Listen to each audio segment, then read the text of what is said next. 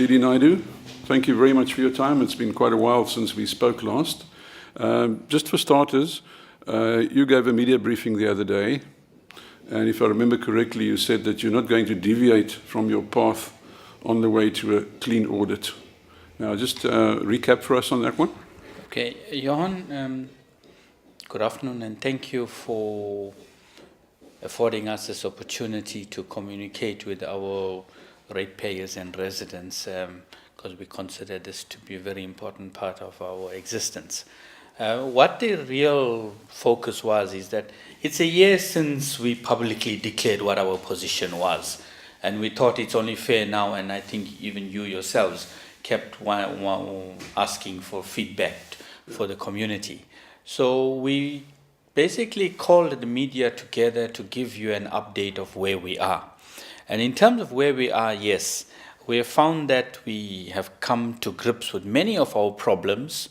We have clearly set out what is it we need to do. The clause that you picked up on where we said there is no detour is that we all are committed. We know exactly what needs to be done. We have not reached there, but we believe we are on our way.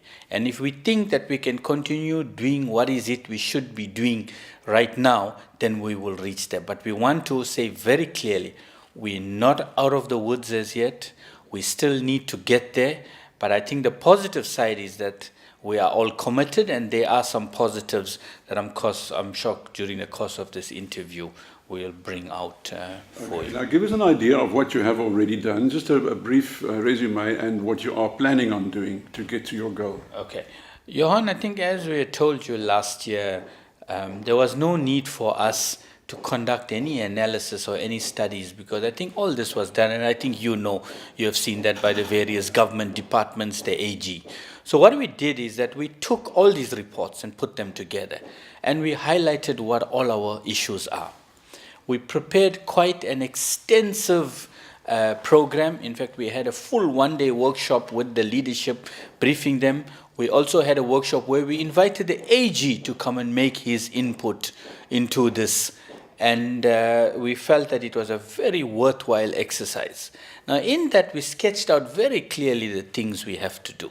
And quite a few of these things, we have unpacked them, we've got the action plans, and we're moving with them. Some of these things, we still need to put it in place and get moving. But you need to understand that last year we had a disclaimer audit report. And that is not an acceptable state of affairs. So our urgent priority was to deal with the AG's report. But dealing with the AG's report didn't mean just dealing with those specific issues. It was dealing with the root cause. Because if you just deal with those specific issues, you'll gloss over it. You didn't. So we have started dealing with the root causes, and that's how we have categorized things. And our focus was to make sure that we clean those issues up. And therefore, we have declared this financial year, 14-15, as the year of clean audit. Have you, for instance, reduced staff costs considerably? And remember the transport costs, motor car allowances. Like you know, we've put a freeze on all external vacancies, unless it's a very specific skill which we can't find inside. And I'm sure you have seen in the media, we're only promoting people from within. And when you make those internal appointments, the resultant vacancies are not being filled. So we take it on a case-by-case basis, and most of the vacancies are filled internally. And we are not going and filling vacancies externally. And any problems with the unions? Remember last year you had a bit of a problem. Is everything under control? Obviously, are following that. The unions have not raised any issues because they are not overseeing, but they are part of the process in that they are observers. We have made all these appointments. They have not made any objections as far as I know. But also what this has done is now given the staff a kind of a feeling that this is, in fact, we will be launching a campaign, a My Ugu campaign very shortly, where we want people to take ownership, both the residents and the staff.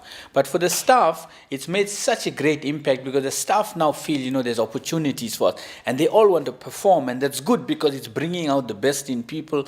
People are really going out of the way, and you can definitely see there's a new culture, there's a new environment, and there's definitely a new working ethos here where people are really, getting to work and really getting to do things. So I think things are slowly turning around. You know, it's that like the Titanic, it only can turn around very slowly. It just can't turn around overnight. But we are turning, and I believe or hope I'm not being too optimistic. I think we're on the right road, and we're going to get there. Look, for what it's worth, out there, that is the sentiment that one picks up. But one also picks up some negative vibes. For instance, the councillors now wanting their increases. You know, and it's not the right perception. After all, there was a disclaimer, and now they want their increase. I mean, how do you guys handle that? Okay, Johan, I think in terms of that one, you got to understand it in the context that it was an increase that was promulgated. It was a 5% increase that councillors were eligible for, and because of our disclaimer, the MEC then decided that the councillors should not be receiving that increase. We did write to the MEC because at the end of the day, if you look at it, councillors maintain an oversight, and I know there'll be arguments for and against, and I don't really want to get into those arguments because it's not really my job to do that. But at the end of the day, the staff within the municipality also were part of the disclaimer, get their normal increase. So you could use, if there should not be an increase, should not be an increase for everybody, because you can't only say I'm going to blame the councillors for what happened in the institution, because there are also staff who were involved in that. So all the councillors have done is raise to say, what is the situation? You have appealed this case to the MEC. Has she responded? Listen, I don't want to pronounce on the matter, but I think that's the facts of the matter. Let me know. But you have written a letter to Yes, we have written a letter to the MEC. And there's been no response yet. She's acknowledged it, and I think because of the election, she was busy, but I'm sure she'll give attention to that. Okay, now. but I'm sorry to harp on the subject, but do you agree that it creates a negative perception, which is unfortunate? Maybe it depends where you're coming from and how you look at it, because I'm saying in the normal course, the councillors would have got their 5% increase. It's because of what has happened in the previous years. And also, to be fair to this crop of councillors, it's not something that happened in the 12-13 year. It's something that has happened for many, many years. So, it's not fair now to say, no, the crop of councillors for 12-13 are the ones who caused the problem. So there's a whole host of issues. And I think we don't want to then devote our total energies to dealing with that. Like you said, we have appealed the case. Let's wait for that. I think we need to move on and deal with the issues. The one issue that I want to tell you about, and which I think is quite important for everybody, is that I think you raised this with me last year when you met me the first time, is the issue of our grants not being cash backed, and our reserves not. I want to tell you that as of the 30th of June 2014, all our grants were cash backed. So in that year, we were able to cash back. And with effect from the 1st of July, in the month of July, we'll then be cash backing both reserves that we didn't have. And once that takes place, all our reserves and grants will be cash backed.